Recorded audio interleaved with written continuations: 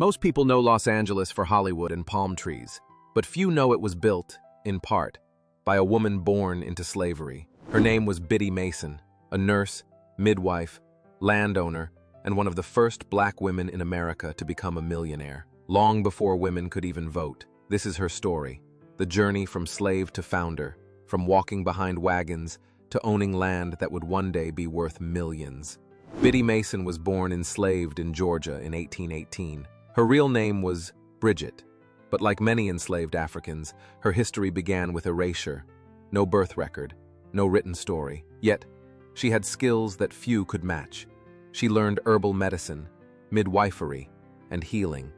Those skills, taught in bondage, would one day buy her freedom. In the 1840s, her enslaver, Robert Smith, joined the Mormon migration west. Biddy, her 3 daughters, and several others were forced to walk nearly 1,700 miles, from Mississippi to Utah, and eventually to California. Imagine walking across deserts and mountains, barefoot, while others rode in wagons. But when they arrived in California, something shifted. California was a free state, and that law, for the first time, stood on her side. When Smith realized he could lose his enslaved labor, he tried to flee to Texas, but Biddy had allies. A growing black community led by a free man named Robert Owens. Owens and others reported Smith's plan to the sheriff, leading to one of the first court cases in Los Angeles history to free an enslaved person.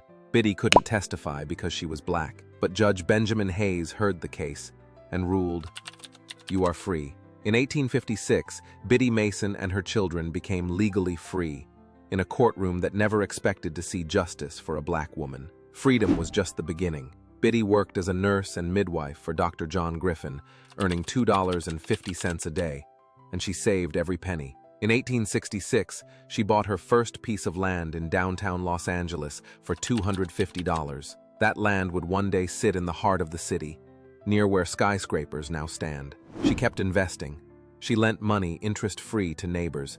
She even became a landlord, collecting rent and reinvesting profits. Without a college degree or formal education, Biddy Mason built a property empire through discipline, work ethic, and faith. Biddy didn't hoard her wealth. She shared it. She founded the first African Methodist Episcopal Church of Los Angeles, the first black church in the city. She used her home to shelter the poor, feed the hungry, and care for orphans. Her personal motto became legendary. "If you hold your hand closed, nothing good can come in. The open hand is blessed, for it gives and receives." She turned her success into service, building community where once there was only survival. When Biddy Mason passed away in 1891, her legacy was nearly forgotten. She was buried in an unmarked grave, but time has a way of revealing truth.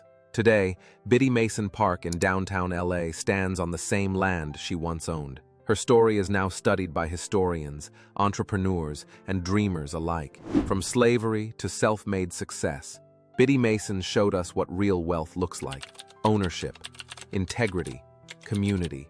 She didn't just escape slavery, she built freedom. This is Black Dollar and Culture, where we tell the stories they forgot to teach, the real architects of America's wealth. Like, share, and subscribe, because her story is our story.